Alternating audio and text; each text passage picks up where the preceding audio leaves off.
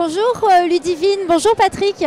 Ludivine Duré-Marcos et Patrick Loschiavo, vous êtes respectivement président de région à la CNCGP, Provence-Alpes-Méditerranée et Côte d'Azur-Corse. Quelles ont été vos motivations pour accepter cette mission complètement bénévole? Alors, la motivation, s'engager dans une association. Quand on fait partie d'une association, Julien vient de le dire lors de l'Assemblée générale, c'est un tout, on ne s'engage pas, ce n'est pas uniquement une chambre d'enregistrement. Donc pour moi, ça paraissait logique de m'engager en tant que présidente de région. Et puis, il faut bien qu'il y ait quelqu'un qui se lance un jour.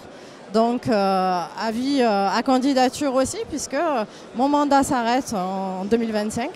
Donc, j'espère que parmi mes adhérents, je trouverai un ou une remplaçante et qui aura autant de plaisir que moi à assumer la tâche.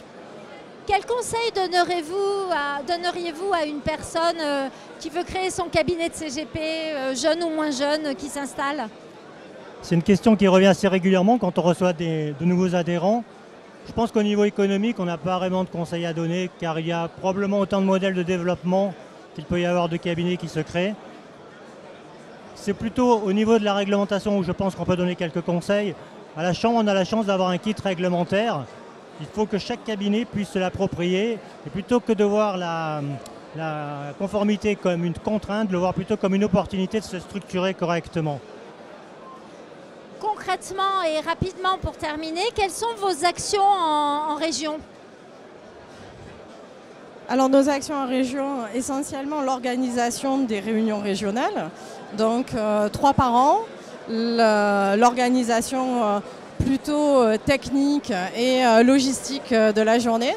Pour ma part, je reçois à chaque fois entre 90 et 100 adhérents sur une journée, 2 partenaires. Une bonne ambiance, forcément de bons moments à passer ensemble. Puis environ une vingtaine de dossiers nouveaux adhérents chaque année. Donc la rencontre avec les jeunes cabinets qui souhaitent adhérer à la Chambre. De bons moments de partage. Patrick, un complément? Oui, comme l'a dit Ludivine, je pense que le président de région a 2 missions principales. La première, ça va être d'organiser des réunions de formation et d'information à l'intention de nos adhérents. La Chambre a toujours eu une présence importante en région et on veut garder cette spécificité. L'autre mission du président de région, c'est de recevoir les nouveaux adhérents, puisque la Chambre a une délégation de l'AMF pour la vérification des compétences des nouveaux adhérents. Donc ça, c'est une mission aussi importante. Le président de région, même s'il n'a pas la science infuse, bien évidemment, il va pouvoir se forger une idée du business plan des nouveaux adhérents et de voir si ça peut correspondre aux valeurs qu'on défend à la CNCGP. Merci beaucoup à tous les deux et excellent Midsommar. Merci Patricia.